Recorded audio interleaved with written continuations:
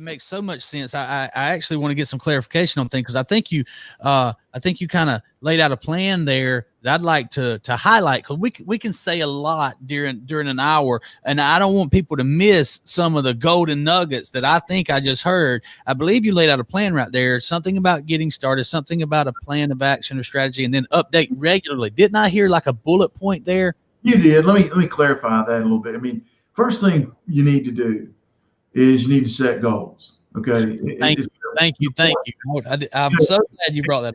And you had a guy on the other day. I thought it was brilliant. He said instead of monthly goals, you remember the guy talking about set the weekly goals. Yes. I got things are. Wow. Every time I watch one of Billy's podcasts, it's always good stuff. So I'm not sure that I'm worthy, but I appreciate you having me on. First thing you got to do is set goals. Okay, you got to set goals, sit down, write them down on a piece of paper. You got to prioritize those goals because we can't actually, do everything at once. One of the challenges that I have a lot of times, people come in and sit down with me. Okay, Russ, bing, bing, bing, bing. I want to do this. I need to make sure I got a wheel. I got to do this. What about this? What about that? We got to kind of set our goals and write them all down. And then we got to prioritize those goals. Just like I talked about the debt on the other side, you prioritize which one's the most important and which one's kicking you the hardest, and you address that issue and you attack it. And I think that's what we do on the investment side as well.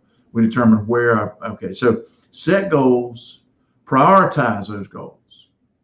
And this is where so many people fall short. You got to initiate a plan of action. Number 3. And then with my help, my clients or whoever you may be using, but you got to review and update regularly because things change. You got to turn around and look and say, okay, this is where we thought we'd be at this point. Where are we now? If we're not where we thought we would be, what do we need to do to make changes, to adjust, to adapt? Because ultimately we got our goals set, we got them prioritized. Initiate a plan of action, review and update regularly. So I think if you do that, and if you look, the sad fact is to be financially successful out here, the odds are against us. Yeah. And we can better educate, better prepare if we make this something that we're pretty passionate, adamant, and we work hard toward. I believe the opportunity is out here for all of us in this great country of ours.